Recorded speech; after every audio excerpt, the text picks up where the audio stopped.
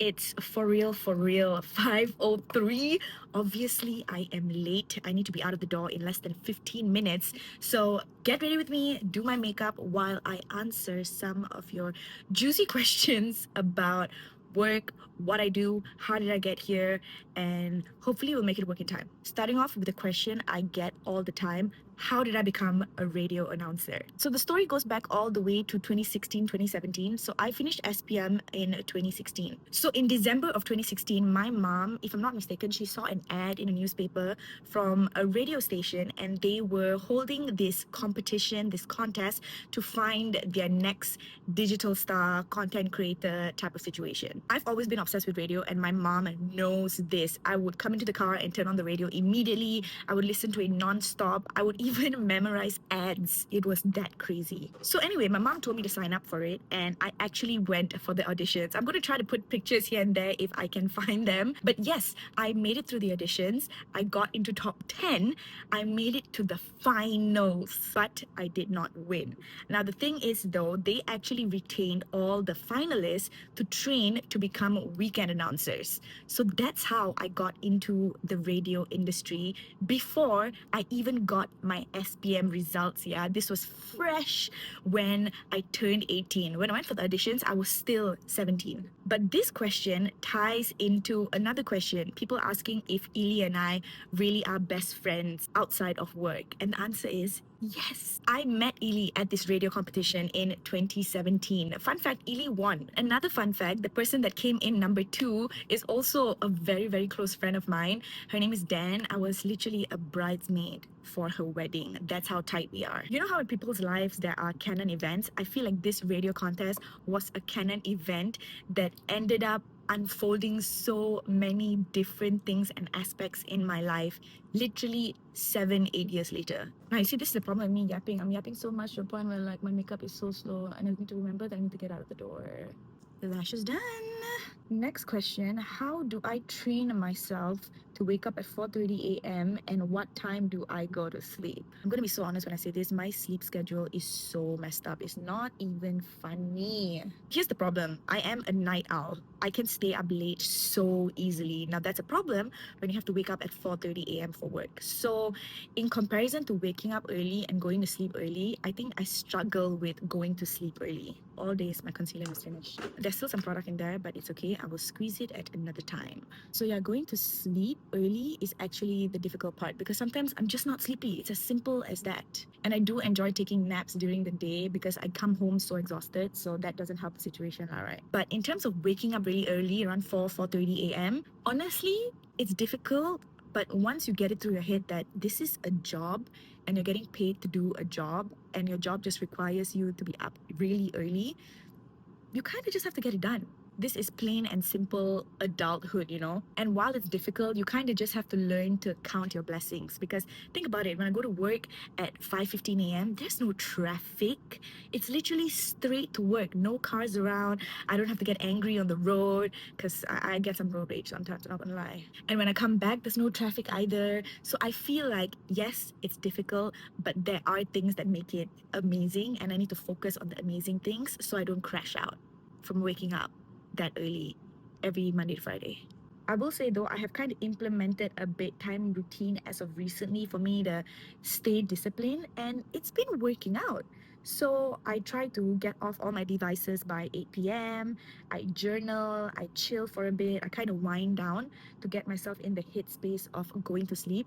And I feel like it's been helping, and I've been getting better sleep and enough hours. Sometimes you gotta try a little harder, you know? Now, this next question, if I got $1 for every time somebody asks me this question, I legitimately would be able to buy something kind of expensive. And the question is, what exactly is my work schedule and what do I do after 10 a.m.? So yes, I am on air, on hits from 6 a.m. to 10 a.m. Mondays to Fridays. Now, after 10 o'clock, do I go home immediately? The answer is yes and no. There are some days we do legitimately leave early when we have sorted whatever we need to get sorted out, right? But on most days after 10 a.m., we've got meetings with the back end team.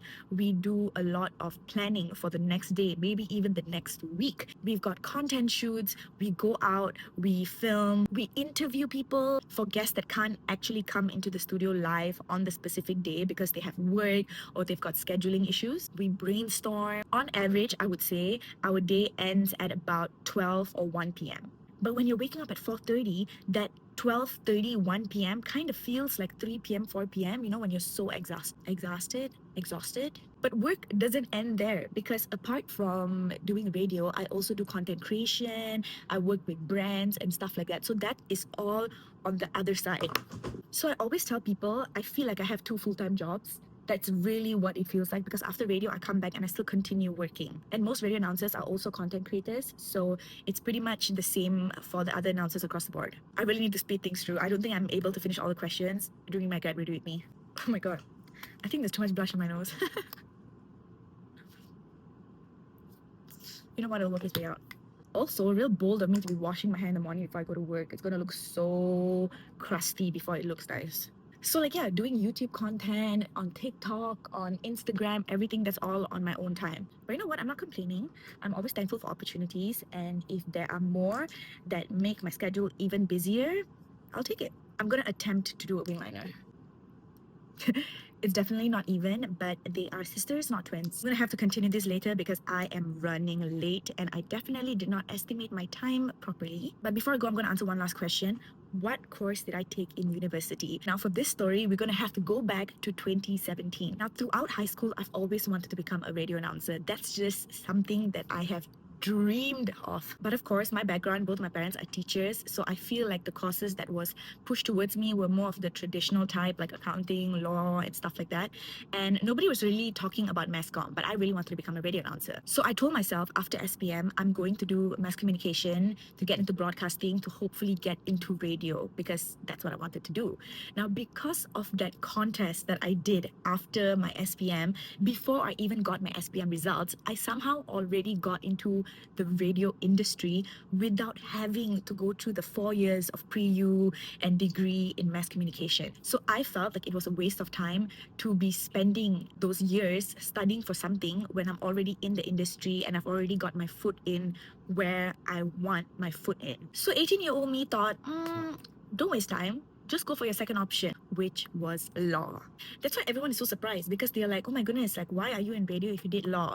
Well, I was actually in radio before I did law. I was always in radio. Now, do I regret doing my law degree? Absolutely not, because I feel like it's a very versatile degree and I have learned so much while studying it as well.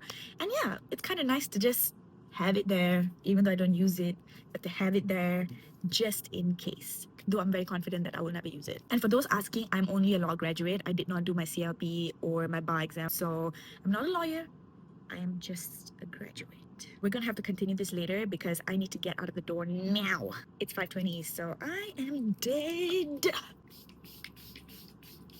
This is the look, by the way. The downside of working this early is constantly being paranoid that somebody is following me in the car park. I'm trying to get into my car, but it's okay. I know it's in my head. I don't know how, but I made it. It's 5:45, so that's good. That's good. The makeup looking snatched though. Guys, the way work was so insanely busy today is not even funny, but we'll get to those questions. I promise. Guys, it's literally 4:29 and I just got home. Today was one of my long days, but I literally only have one more question to answer, and I think this is my favorite question actually.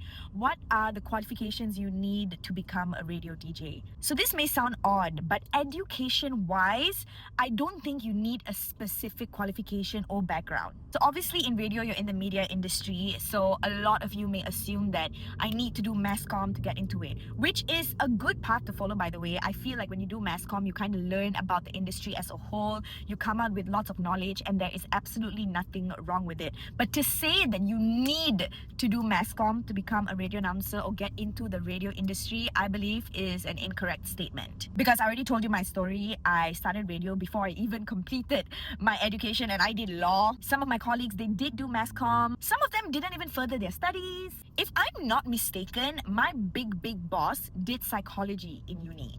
So here's what I think. It's less focused on your educational qualifications, but more of the qualities you have as a person. Specifically, if you want to be a radio announcer. Number one, you need to be shameless. I'm not saying you need to share every detail of your personal life and stuff like that, but you need to be okay with being put in the spotlight. You need to be okay with your life being discussed, because that's where the juicy details are at, right? That's where your personality lies. That's how we know how you react to certain things and stuff like that. So I feel being shameless is so important, and that is a quality that I see in most, if not all, the radio announcers that I know. Second of all, depending what radio station and what language you are interested in, obviously you need to speak that language fluently. So for example, Hitz is Malaysia's #1 English radio station. So obviously there is a standard that's expected of your English proficiency. Am I saying my English is 100% perfect and I speak it with zero mistakes all the time? Absolutely not. But in general, 95%, 98% needs to be accurate lah. So we actually get a lot of comments. We even get calls, people saying that they improve their English by listening to us, which is honestly, number one, freaking amazing. And number two, you realize that you kind of have that responsibility to make sure that your English is on point most of the time.